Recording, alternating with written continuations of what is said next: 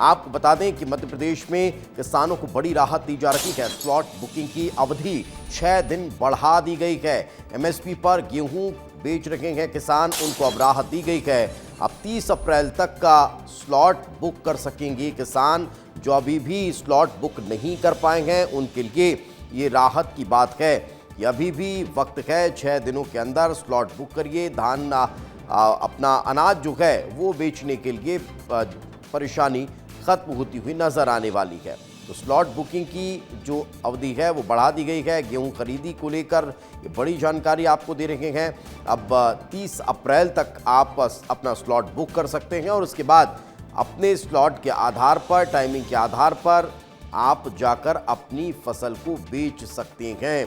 तो एमएसपी पर गेहूं खरीदी को लेकर अब ये एक और बड़ी राहत किसानों को दे दी गई है। जो किसान अपना गेहूं बेचने के लिए परेशान हो रहे थे, जिनके स्लॉट बुकिंग नहीं हो पा रही थी, उन्हें भी थोड़ी राहत मिलती हुई नजर आई है। इस वक्त हमारे सहयोगी विवेक हमारे साथ जुड़ चुके हैं, उन्हीं से बातचीत करते हैं। विवेक, का बड़ी राहत जो है वो इसे माना जा रहा है, क्योंकि अभी देखने को मिल रहा था कि कई जगह स्लॉट नहीं मिल पा रहे हैं। किसानों का कहना है कि अब जगह नहीं अब मिल पा रही है, बहुत व्यवस्थाएं उस तरह से नहीं हो पा रही है। तो क्या इन तमाम परेशानियों से राहत मिलती हुई अब नजर आएगी?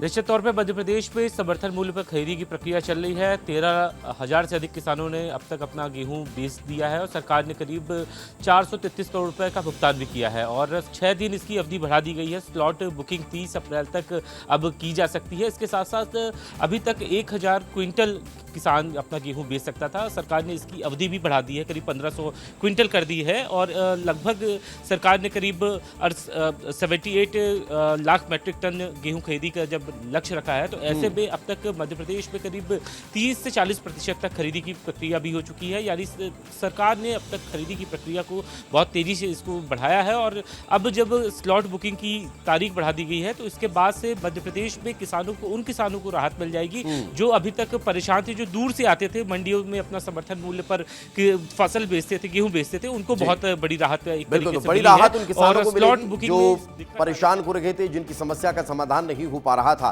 साथ में रहेंगे, आगे भी आपसे चर्चा करेंगे। लेकिन अब जरा आपको बताते हैं कि कैसे गेहूं खरीदी को लेकर तैयारियां हैं। खरीदी के लिए लगभग 3,171 उपार्जन केंद्र बनाए गए हैं।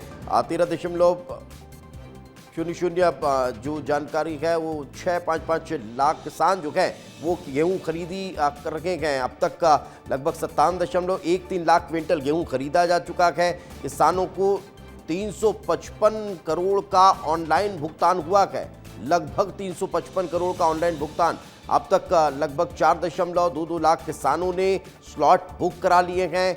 लगभग 1.5 करोड़ से ज़्यादा क्विंटल का धान जो है वो खरीदा जा चुका है। स्लॉट बुकिंग लगातार जारी है। 500 क्विंटल जो स्लॉट बुकिंग है उसकी क्षमता बढ़ाई गई है।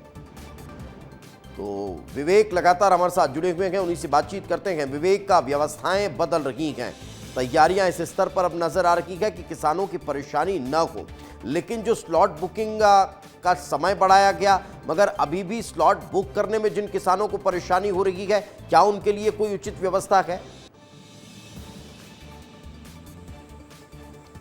देखिए, कल ही मुख्यमंत्री डॉक्टर मोहन यादव ने बैठक ली थी और सभी कलेक्टरों को ये कहा था कि किसानों की जो गेहूं उपार्जन की जो समस्याएं आ रही हैं, खासतौर पे स्लॉट बुकिंग है, उसमें जिला स्तर पे निगरानी रखी जाए और सोसाइटी में किसान अगर गेहूं बेचने के लिए आ रहे हैं तो उस दौरान ध्यान रखा जाए कि कोई टेक्निकल तरीके से कोई गलती ना हो जिसकी वजह से किसान को बिना गेहूँ बेचे हुए जाना पड़े। तो इन तमाम सारे पहलुओं को ध्यान में रखते हुए सरकार ने स्लॉट तो एक तरफ बढ़ाया है, दूसरी तरफ जब मध्य प्रदेश में 4 करोड़ से अधिक किसानों ने रजिस्ट्रेशन और स्लॉट बुकिंग कराई है तो ऐसे में सरकार के सामने एक बड़ी चुनौती है। पूरा इसके लिए मैकेनिज्म बनाया गया है।